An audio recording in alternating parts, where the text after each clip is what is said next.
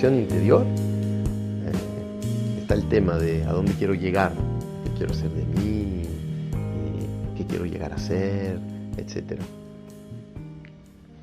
Y la respuesta que me viene así, pero sinceramente es cómo me puedo yo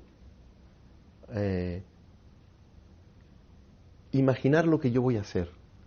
Me limito a lo que yo imagino y me limito al yo que yo imagino en el futuro. Quizás la vida quiere algo de mí. Quizás realmente voy a llegar a algo que ni siquiera jamás hubiera imaginado. Y a mí me gustaría llegar a eso. Es llegar a darme cuenta de que se puede llegar a más de lo que uno jamás se hubiera imaginado. Entonces me cuido de la visión de créate a tu yo perfecto, créate a tu yo futuro, imagínate a lo que vas a llegar, porque te limitas a eso. Es decir, darse inspiraciones, ¿no? Es decir, quisiera lograr esto a nivel material, ¿no? Quiero llegar a esto, hacer una casa, hacer un trabajo, hacerlo, se puede, por supuesto que sí. Pero hablando a nivel de alma, interior, de felicidad, de iluminación, creatividad. No me voy a dar ningún límite. Yo voy a decir, me voy a abrir, me voy a abrir, me voy a abrir, me voy a despejar, a despejar, a despejar. Me voy a, como en la alquimia, me voy a purificar, a purificar, a purificar. No que haya algo malo, sino cosas innecesarias, ya no sirven. Entonces me voy a purificar, y es el trabajo del árbol genealógico. Voy a purificar hasta de repente, como una pirámide. Esa es la estrella de David, ¿no? Que tiene esas dos pirámides y uno lo identifica a las religiones, pero lo toma solo como el símbolo. Me voy a construir como una pirámide hasta recibir a la pirámide que viene de arriba. Algo que jamás me hubiera imaginado. Es como la inspiración, el Espíritu Santo arriba llega y te posee. Yo creo que aspirar a eso es fantástico, porque uno se abre y se da cuenta que querer llegar a algo es muy limitado, es reducir a la vida a un punto de vista humano.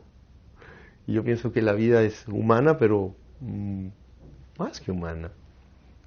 Entonces, sin embargo, se pueden hacer actos para despejar, ¿no? a esos condicionamientos. Es tratar de llegar a lo más auténtico que existe en nosotros, lo más receptivo. Es como una radio, abrirle todos los canales, no reducirlo a uno, abrirle tantos, quitarle las interferencias hasta que pueda recibir y pueda captar lo más que se pueda en esta vida. Y no creo que uno revienta, porque parece que mientras más transparente te haces, es como que si te fundes en la totalidad del océano. Mientras más vaso eres dentro del océano y más entras en las profundidades, hay presión y rompe, porque resiste.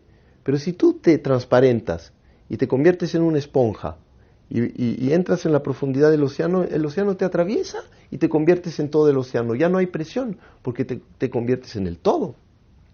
Te unificas al todo. Entonces a mí, si existe un sueño, es prepararme para recibir a lo desconocido.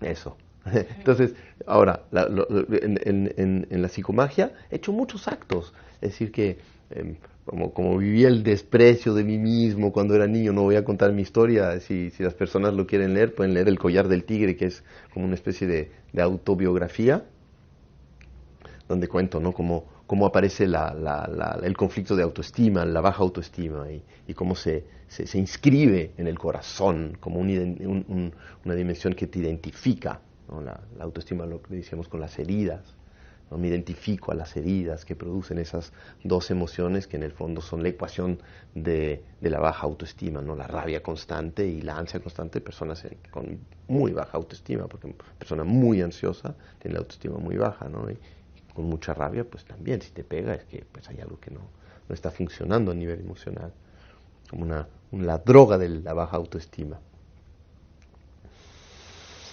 Entonces sí, actos, ¿no? donde me informé a mí mismo que ya podía como abrirme, mandándome imágenes para programarme a abrirme, ¿no? Me pinté de negro, me cubrí con excremento, a veces con abrigos de excremento en la calle con las fotos de mis padres, de mis antepasados, o sea, apestando. Luego hice que me lavaran, que me limpiaran, después que me pintaran todo de dorado, que me hicieran pasear por los mismos caminos por los que habíamos caminado cuando estaba cubierto de todo eso. Luego lo enterramos, plantamos un árbol, ¿no? Para programar a utilizar lo doloroso y convertirlo en algo que perfume al mundo y que ayude, ¿no? Como condicionarse a nada para mí que no sea para los otros, que todo sea útil, que todo sea reciclable, partiendo de la base que este universo es bastante perfecto y que el capullo pues es necesario para que nazca la mariposa y pues en el fondo no hay nada que contestar,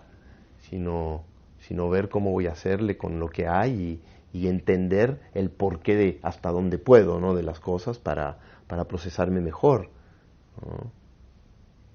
Siempre es fácil, pero aceptar que los golpes que recibiste eran necesarios es como, ¿qué? ¿Eres masoquista? Pero no, es decir que ahí el plomo que se va a convertir en oro y por algo están ahí. Todo depende de qué vas a hacer con ellos. Puedes vivirte toda la vida con ellos, pero sabiendo que de alguna manera los estás defendiendo, o puedes hacer el paso de coraje en donde vas a aprender a morir a tus heridas. Creo que eso es más difícil que vivir con ellas, porque cuesta trabajo, ¿no? Sanar al corazón cuesta trabajo, es un súper acto de voluntad y también un acto de voluntad y un acto de fe, porque te dices, hay algo de valor en mí. Creer en ti mismo, creer en el valor de la vida, creer que a pesar de que piensas que eres una mierda humana, es una ilusión y que lo que hay ahí es otra cosa. Y eso te ayuda a ver a los otros seres humanos así. Dices, a pesar de sus neurosis, a pesar de todo lo que hacen, de sus patologías, su esencia es buena. Vale la pena, como yo valgo la pena. Entonces, si tú lo logras encontrar, es como decir, increíble, tenía razón. Entonces te empiezas a amar mucho más a los seres humanos y a comprenderlos mucho más. Y también comienzas a entender la esencia humana. Es como si tuvieras las piernas rotas durante 20 años y de repente, oh milagro, tienes piernas y comienzas a correr y te haces corredor, lo disfrutas como nunca. O lo disfrutas como otras personas que han caminado toda su vida no lo disfrutan. Es algo que le das mucho valor a la vida. Entonces las heridas tienen que ver con eso. Es decir, que si tú las logras solucionar y si empiezas a sentir algo muy positivo, agradable, amoroso, lo valorizas muchísimo. Lo proteges, lo valorizas y comienzas a decirte, quizás por algo será, ¿no? Ese esfuerzo es necesario. Ese esfuerzo no masoquista es necesario. Entonces, después pintarse en el acto me pintaba todo de dorado, ¿no? No es nada pintarse de dorado, pero un vaso de plástico en un espacio ritual es una copa de oro. Una pintura dorada haciendo malabarismos frente a los autos para limpiar los vidrios es una cosa. Hacerlo en un espacio sagrado es un impacto muy poderoso para la mente cuando uno sabe cómo crear esa poción simbólica que sana, ¿no? Entonces, yo sé que me programé.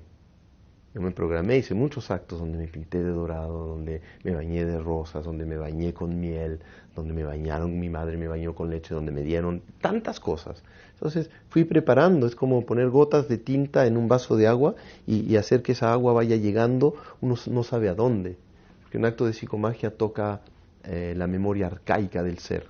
Entra como una inyección y va para adentro. Tú no sabes hasta dónde va a llegar. Es misterioso, yo no te lo puedo decir, pero lo que yo sí sé y lo que mi cerebro sabe es que sí funcionó y me está haciendo efecto 10 años después. Yo tuve fe en la psicomagia, fe total.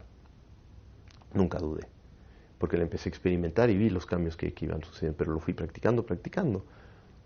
Entonces, digo, a ese nivel, sí, la psicomagia te va a programar, pero un acto de psicomagia es como un jardín. Tú plantas una flor, si le echas ácido y luego la quemas con un radiador, no va a pasar nada. Entonces, no esperar que la psicomagia te sane la cuestión y luego ya no te tengas que ocupar de tu jardín. La psicomagia es un acelerador, es un salto cuántico. Pero si tú no te ocupas de ti mismo, no va a pasar. Y si tú no te adaptas a lo que el acto te produce, no va a pasar. Como si tú quieres ser algo y tú no te comportas como ese que quieres ser, no va a pasar nada a nivel intelectual, a nivel emocional, a nivel etcétera. ¿No? Y si vas a seguir los mapas del pasado, no, en mapas del pasado estamos hablando de seres no siempre despiertos. Entonces, pues hay algo que revisar para ver lo que no quieres repetir. Ya nos lo dijimos, no de la misma manera, pero no mantenerse en esos mismos mapas que ya no corresponden al territorio que eres tú. Y adelante con el trabajo. Y adelante con el trabajo, y pienso que adelante con el trabajo después vienen momentos donde creo que se camina, lo decía el doctor Claudio Naranjo, en un momento de éxtasis y luego el camino de las espinas. Hay que caminar sobre las espinas, tener la paciencia. Si te despiertas y pasa algo, después tienes que tener la paciencia porque tienes que estudiar más, tienes que trabajar más. Van a haber momentos complejos de caminar en el desierto, tantas pruebas, y te despiertas. Digo, hay un despertar, porque no creo que haya el despertar, hay despertares, momentos, saltos. Y parece que después hay un camino donde uno va a ver si logra alinearse con ese estado que se despertó, porque pues este mundo está lleno de estímulos y de tantas situaciones. No sé si sean exactamente pruebas o no, pero hay toda una vida que puede como distraerte y no es que te hace saltar hacia atrás, porque no creo que hay hacia atrás, sino que caer en viejos hábitos. Entonces, haces como la travesía, pero de repente hay algo que te hace volver a los viejos hábitos, ¿ves? Es como, llamémoslo, la telaraña. Y ahí la telaraña, tú te vas a crear un tejido y sales de la telaraña, pero de repente hay esa parte que agarra y te hace regresar atrás. No atrás, pero a ese tejido, no a ese campo. Entonces es un cuidado, es atención y pienso que es seguir como liberando y explorándose. No considerar que la cuestión está terminada, que sabemos todo, que todo se descubrió, sino que seguir desarrollándose. Eso sí, pienso que hay momentos en el que de repente uno sí libera a esa dimensión reptiliana que ya no vive en el miedo, en el conflicto, en la pelea, en la sed, en el hambre, sino que es placer, que comparte placer, ¿no? Que es una especie de ser apasionado, que está al servicio intuitivamente de los otros, se une, ¿no? El corazón se abre, es más alegre, es más compasivo, más unificado, más matriarca, y el intelecto se abre también y es más conectado a las dimensiones no racionales y a la información de la existencia, ¿no? Y comparte su... Yo no lo llamaría fe, sino su total conexión con la dimensión divina interior, para darle un nombre. Es decir, que se da cuenta de su pequeñez y está extasiado frente a lo que está descubriendo interiormente y lo comparte.